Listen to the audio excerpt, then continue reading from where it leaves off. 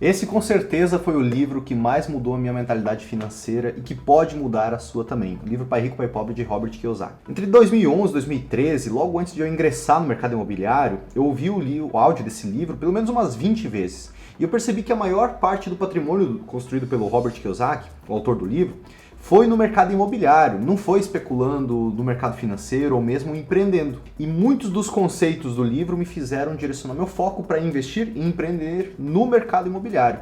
E nesse vídeo aqui você vai aprender as 5 maiores lições que o livro traz para quem deseja investir ou empreender no mercado imobiliário. Preste bastante atenção em cada uma delas, porque pode ser uma virada de chave importantíssima aí na sua cabeça, tá? Mas antes, se você ainda não é inscrito aqui no canal, já se inscreva e curta esse vídeo, porque aqui você aprende a criar, proteger e multiplicar seu patrimônio no mercado imobiliário.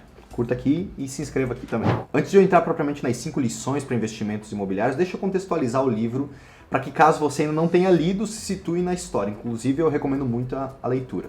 A virada de chave do Robert Kiyosaki foi quando criança. Os amigos dele da escola foram convidados para ir numa casa de praia, menos ele e o Mike, que era o amiguinho dele, porque eram garotos pobres e estudavam numa escola de pessoas ricas. Aí o seu pai pobre, seu pai biológico, era professor na época, ao receber a queixa do filho sobre não ter sido convidado, disse que para que ele ficasse rico, ele deveria ganhar dinheiro, usando a sua cabeça.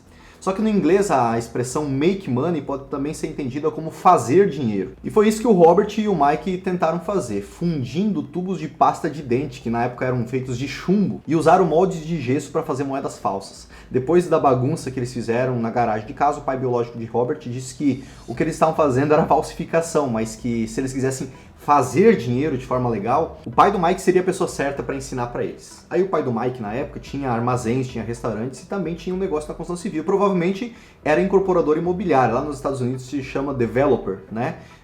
Certamente ele trabalhava na construção de casas ou de empreendimentos para venda, porque senão ele não teria ficado rico no mercado imobiliário. Bom, esse era o pai rico, né? O pai do Mike, ele estava em ascensão na vida profissional e seria chamado aí de pai rico, né? Já o pai pobre, o pai biológico do Robert, ele é professor universitário com doutorado.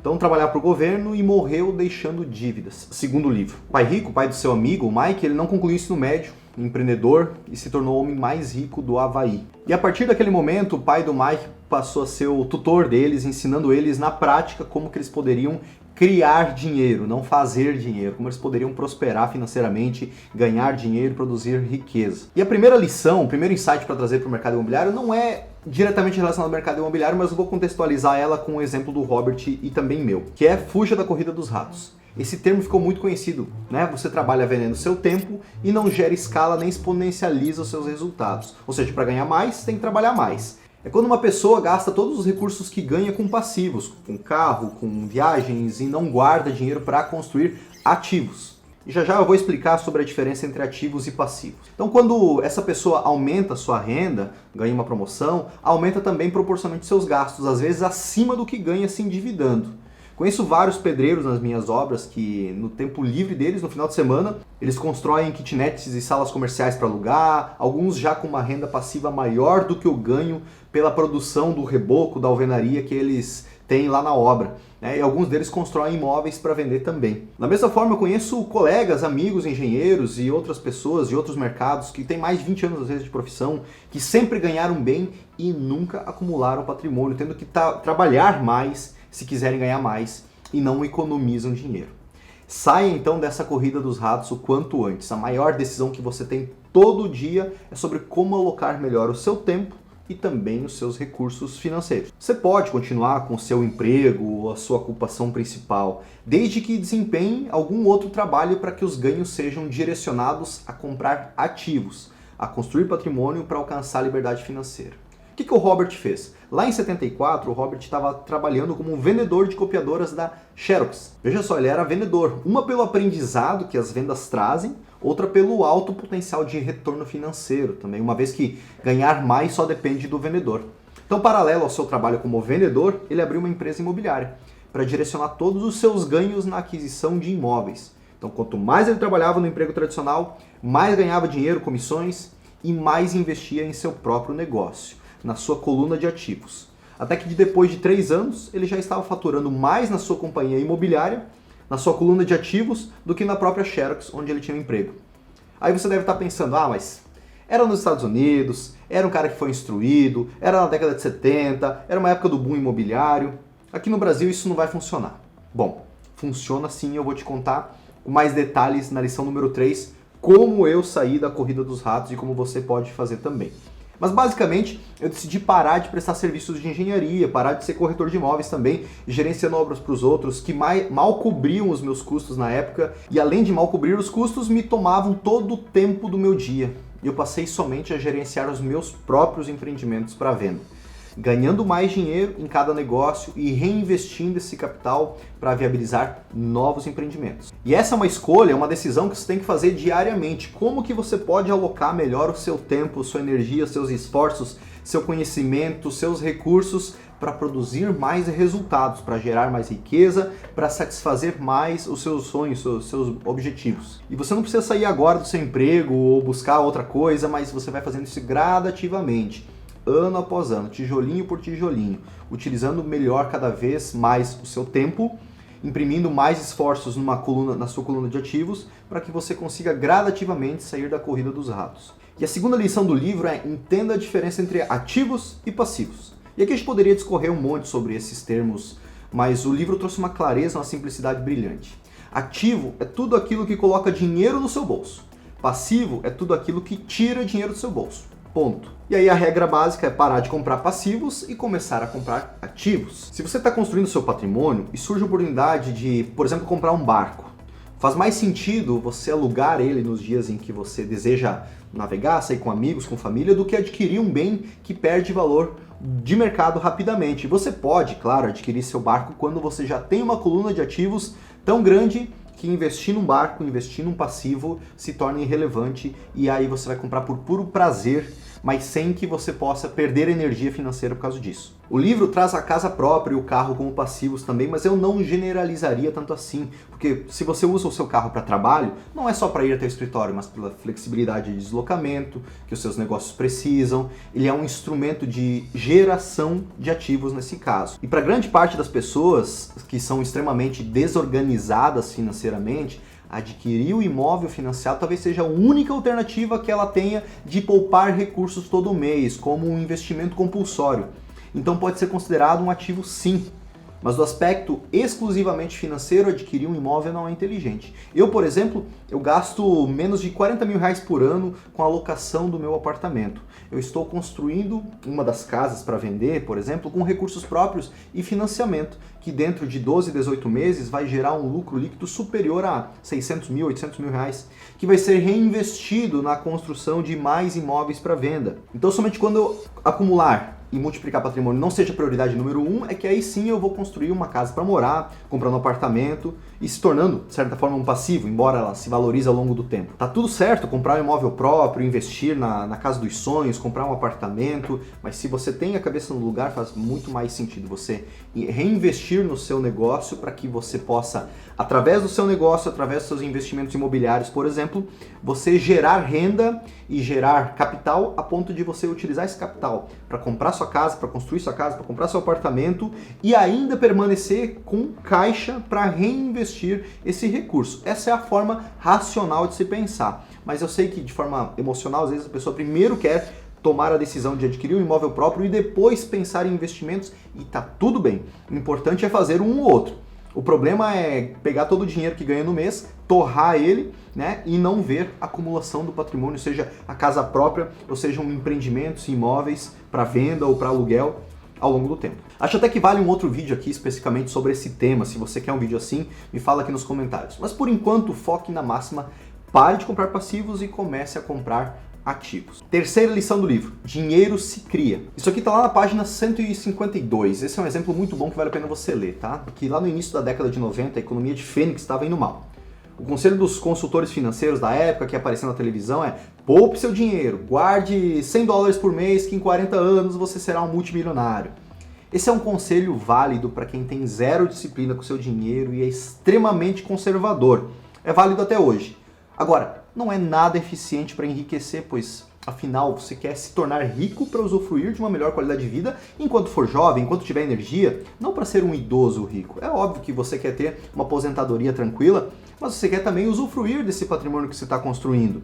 Então não faz sentido você enriquecer em 40 anos, se você pode construir um patrimônio relevante dentro de 10, dentro de 15 anos, de forma segura, de forma conservadora no mercado imobiliário, concorda? Bom, seguindo o exemplo do livro, uma casa que valia 100 mil dólares na época, estavam sendo vendidas valendo 75 mil dólares. E ao invés de Robert Kiyosaki buscar uma imobiliária para investir na aquisição desses imóveis, ele foi direto no escritório de advogados especializados em falências. Podemos fazer uma correlação e comprar imóveis de leilões, onde os bancos vendem imóveis que estão com inadimplência, através de leilão extrajudicial principalmente. E uma das casas que ele comprou estava sendo vendida por 20 mil dólares. Aí ele pegou emprestado com um amigo, um cheque de 2 mil dólares por 90 dias, mais encargo de 200 dólares, e deu ao advogado como sinal de negócio, uma entrada. Enquanto a papelada do negócio avançava, o Robert anunciou o imóvel por 60 mil sem entrada. Rapidamente ele vendeu com uma entrada de 2.500 dólares, que ele pagou o seu empréstimo do seu amigo com 2.200 dólares, e o restante o cliente financiou diretamente. Mais uma vez você deve estar pensando, que facilidade, funciona com ele, mas aqui no Brasil não funciona, é diferente. Bom, deixa eu te contar como eu comecei e como eu faço até hoje. Diferente do Kiyosaki, que comprava imóveis para revender, fazer house flipping, utilizar leilões, eu comecei e estou até hoje na incorporação imobiliária, construindo casas para vender, imóveis para vender. Quando eu estava na transição de carreira de corretor de imóveis para um engenheiro civil, eu pesquisei e encontrei um terreno em um condomínio fechado que estava uma pechincha na época na minha análise. Eu fiz um estudo de viabilidade e eu percebi que teria uma ótima margem de lucro se eu construísse uma casa para vender lá. O problema, eu estava quebrado.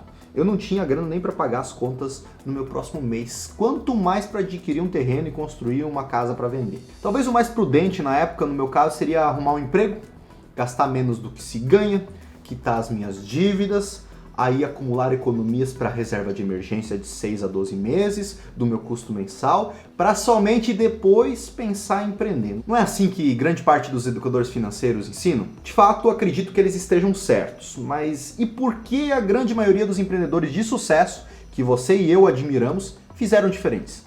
Eles estavam quebrados, precisavam dar um jeito de ganhar dinheiro e ajeitar sua vida financeira, e ao invés de pensar em reserva de emergência, eles se preocuparam, principalmente nesse primeiro momento, em fazer algo que lhes desse dinheiro, que gerasse caixa, que fosse eficiente do ponto de vista financeiro. Quanto tempo levaria para poupar dinheiro suficiente para somente depois empreender? Não seria mais eficiente, embora mais arriscado, colocar como prioridade criar dinheiro? A lógica por detrás da célebre frase "pague antes a você mesmo para depois pagar aos outros" não é incentivando para nos tornarmos caloteiros e inadimplentes e não pagar o que a gente deve, mas sim pela pressão que fazemos a nós mesmos em resolver essa dívida. A gente sempre dá um jeito de pagar.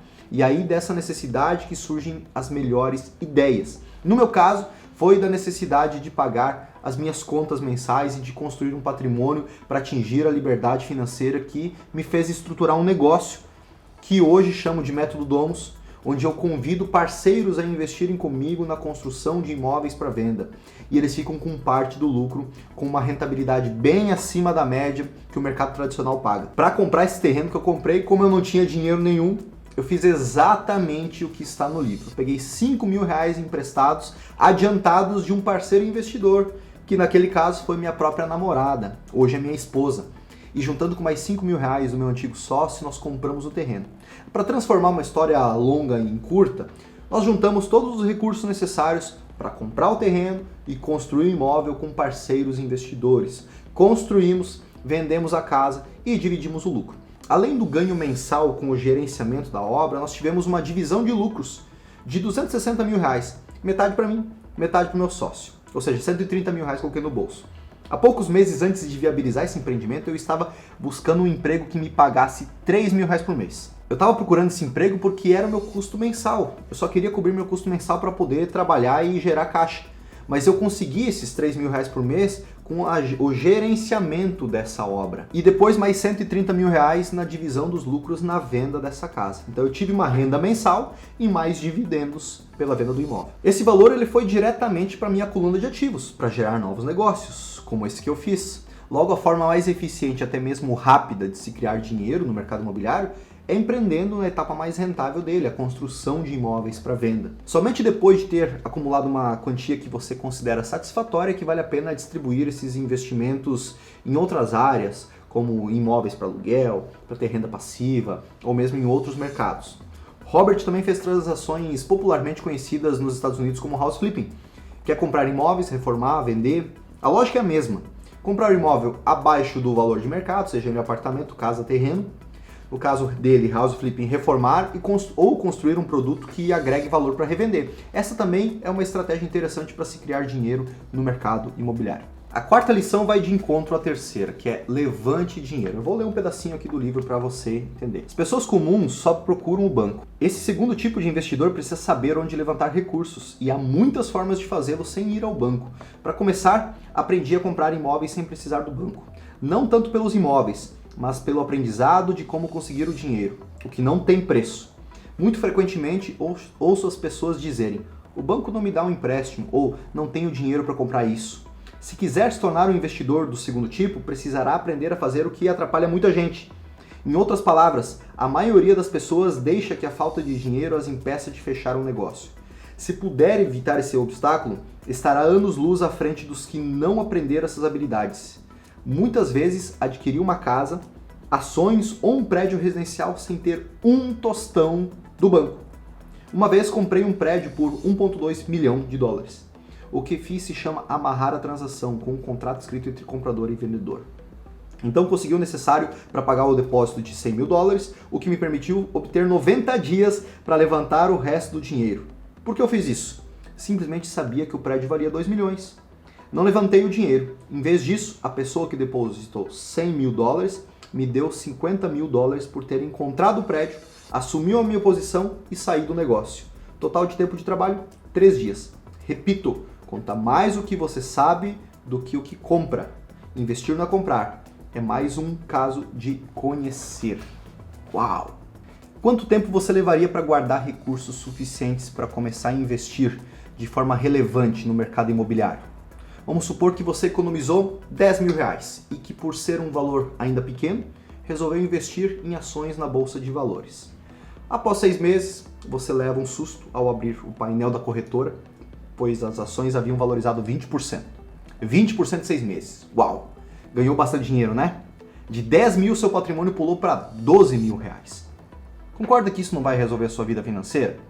O que gera riqueza é criar riqueza, não somente economizar e investir bem. Ambos são pilares importantíssimos, sim.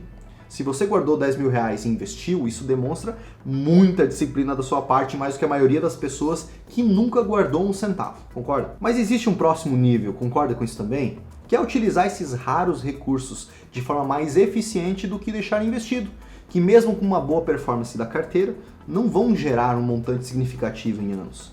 O caminho mais eficiente é você levantar dinheiro para criar novos negócios, uma alavancagem financeira. E se tratando do mercado imobiliário, mais especificamente a incorporação imobiliária, você poderia pegar esses mesmos 10 mil reais, dar como sinal de negócio na aquisição de um terreno, fazer um projeto, apresentar investidores, captar os recursos com eles, reembolsar os seus 10 mil reais, executar o empreendimento, vender e dividir os lucros. Por utilizar essa estratégia de levantar dinheiro, captar recursos com parceiros de forma segura, você pode transformar esses 10 mil reais iniciais em mais de 100 mil reais em menos de 12 meses. É óbvio que para isso tem que trabalhar, meu amigo. É um investimento ativo, mas convenhamos que vale muito a pena, não é mesmo? Quinta lição: lucro ocorre quando se compra, não quando se vende. Você não tem controle sobre o valor de venda do seu imóvel. Ele valerá o quanto alguém estiver disposto a pagar no momento. Então a variável que você tem maior domínio é quanto pagar na compra de um imóvel. Seja um terreno para você construir imóveis para vender, ou um apartamento para você reformar e revender. O princípio é o mesmo. Você vai conseguir bons negócios em imóveis em execução judicial, por exemplo, indo para leilão. Já fiz bons negócios para clientes quando era corretor de imóveis, comprando apartamento de uma família, de um casal se divorciando. Eles só querem se desfazer do bem o quanto antes para cada um seguir sua vida. Ou uma família se mudando repentinamente da cidade, uma família dividindo herança, ou tendo problemas financeiros e precisando de liquidez rápida. Os melhores negócios que eu fiz foi comprando o lote também diretamente dos permutantes do terreno, ou seja, daqueles que trocaram a gleba, o terreno, por unidades no condomínio, por lotes. É um trabalho de garimpo, mas que quanto mais você vai capinando, aí vai aparecendo os diamantes, oportunidades abaixo do valor de mercado. Outra passagem do livro, na página 269, é: faça uma oferta. Proposta não é ofensa. E a famosa frase, o não a gente já tem. Ninguém sabe como está a necessidade de quem está pondo seu imóvel para venda.